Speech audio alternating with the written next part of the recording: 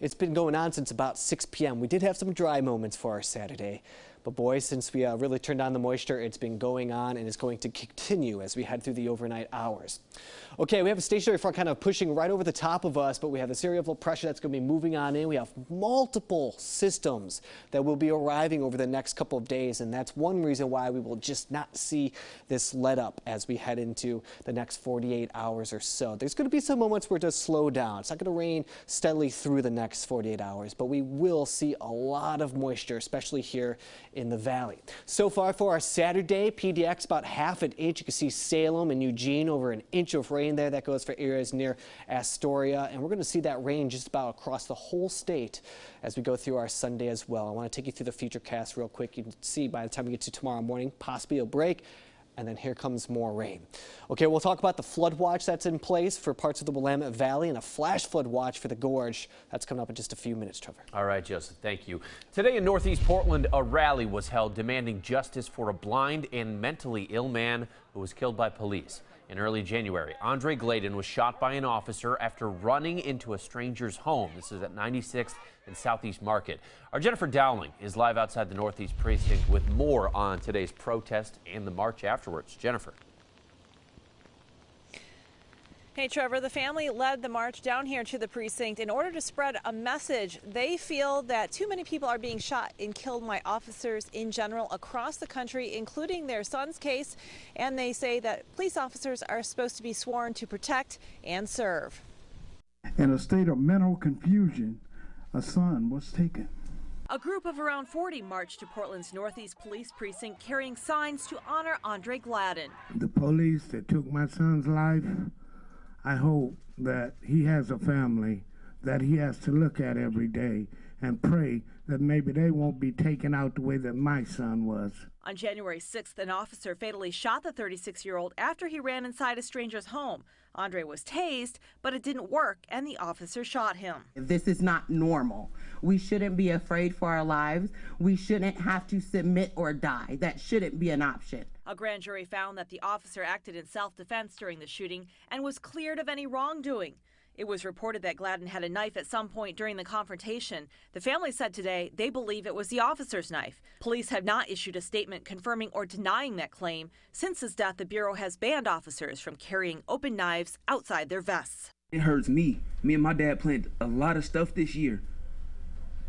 A lot of stuff.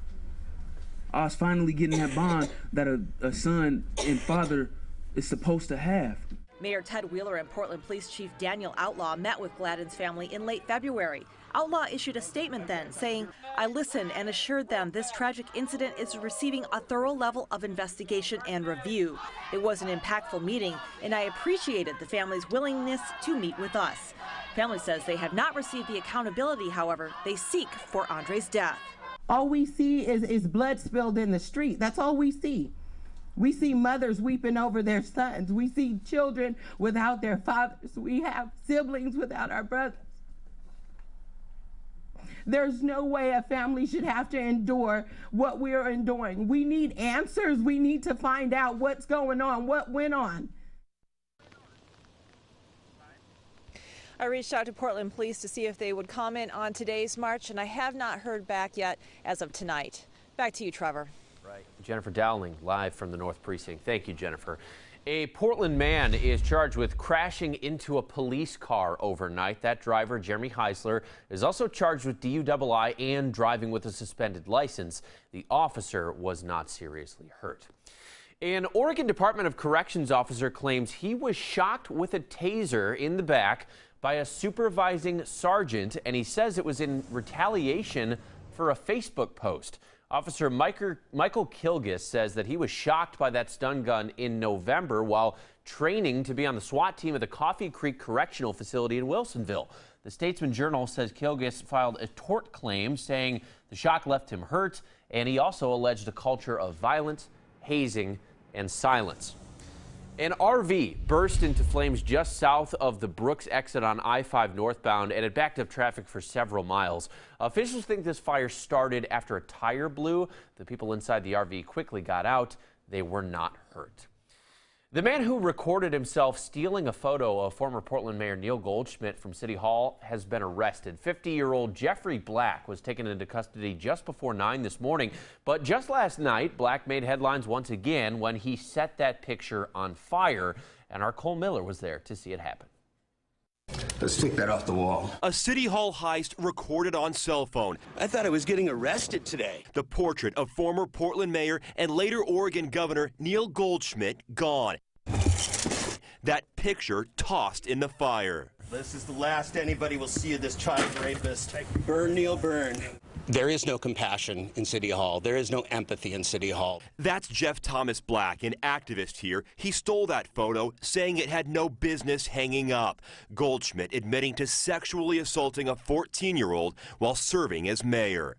This was to make a point about victims, that victims matter. Black hoping to bring attention to others harmed by those in power, inviting the grandmother of Quantis Hayes to this bonfire of sorts. He was shot by Portland police more than 2 years ago. It's a horrible thing what police do. They don't think. These are people whose families will never, ever, ever be whole again. Cole Miller, Coin 6 News. Later this month, we'll learn a lot more about the case against a Portland murder mystery novelist accused of killing her husband. A judge held up a previous ruling to unseal the records for the case of Nancy Brophy. Her lawyers argue her right to a fair trial would be violated by the release. Brophy's accused of killing her husband, Daniel, last year. He was found dead at the Oregon Culinary Institute. That's where he worked. The records will be unsealed on April 19th. Some major improvements are coming to Southeast Powell Boulevard from Southeast 122nd all the way out to 136th. Earlier today, ODOT broke ground on the first phase of the Outer Powell Transportation Safety Project. The city calls the area a high crash corridor where accidents are frequent. In January, kids were hit at an unmarked crosswalk on Powell at 77th. We deserve to be able to walk out, take our dogs out, go get a cup of coffee without having to fend for our lives. Well, over the next few months, crews will install sidewalks. They'll add curb-separated bike lanes, a center turning lane for vehicles, and some new storm drains. Oregon State University is raising its tuition rates next school year. OSU says rates will jump nearly 4.3% for in-state students attending the Corvallis campus and more than 4.4% for students at the Cascade campus. That means undergrads taking 15 credits a term will pay more than $11,700 for the academic year compared to about $11,200 this past year. The university says inflation and the rising state-mandated employee benefit costs are factors in raising tuition. Still ahead on Coin 6 News tonight.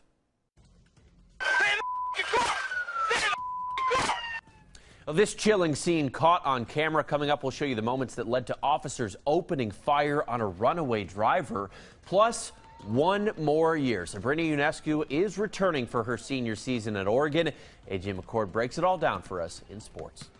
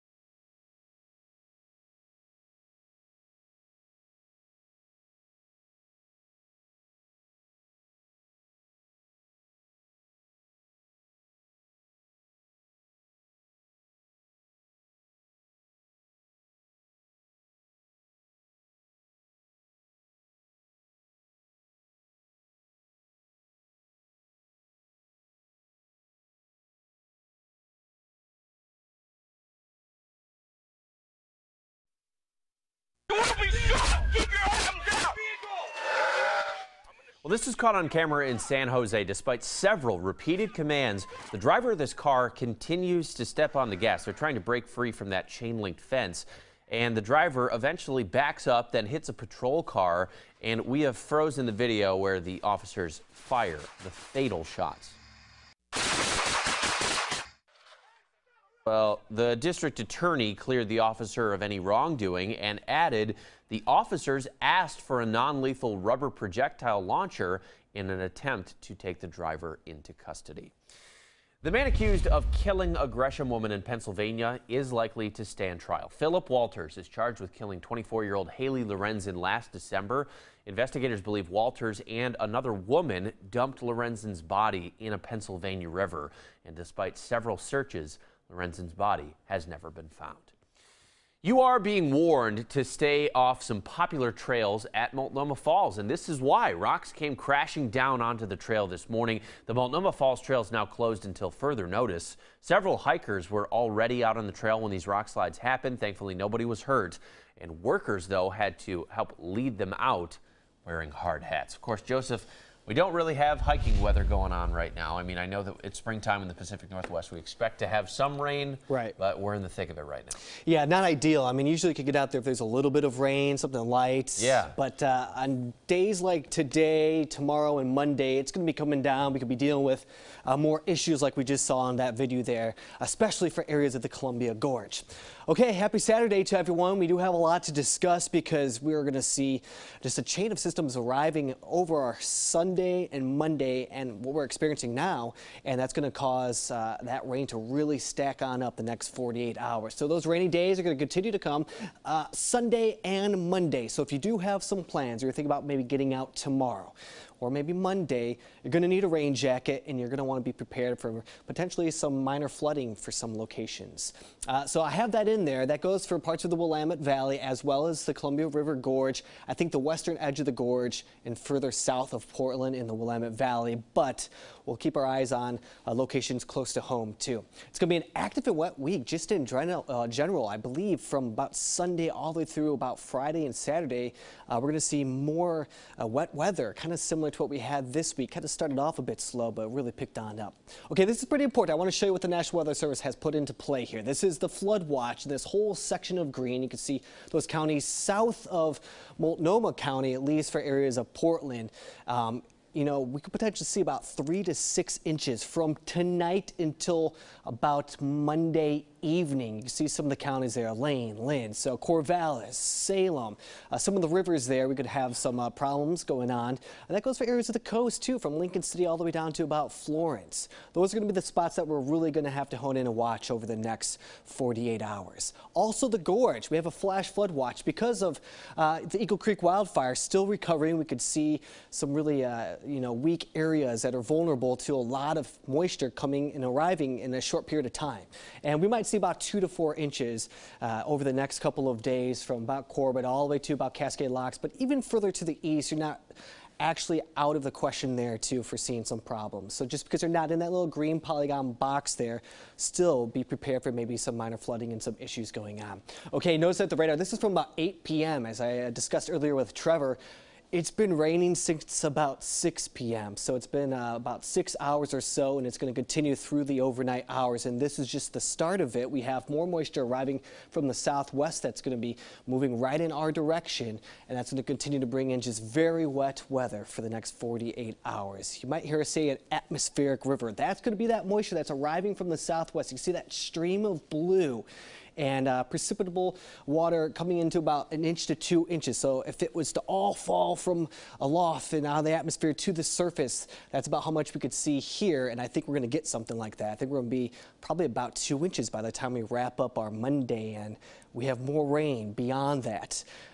This is going to be more rain than we probably accumulated for the whole month of March. That's how much we're going to be seeing.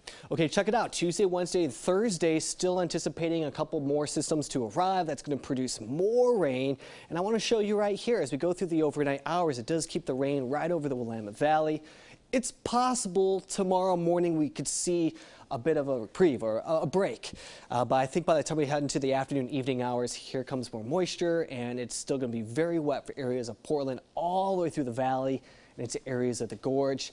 I'm also a bit concerned of maybe some gusty conditions which could cause big problems with saturated ground, and you have the trees, and that might be an issue over the next couple of days. 60 on Monday, 56 Wednesday, but Trevor, we're continuing that very wet and unsettled weather heading into this week. So this is the more rain than all of March. That's from now through when? Monday. And then Just we've got several more days of rain. Yes, After that. Yeah. Okay, well, I guess something we're going to keep an eye on. That's just how it goes. Yeah, it's going to be probably a few issues out there. Yeah, for sure. All right, thank you, Joseph. Let's get to sports now. A Duck star making a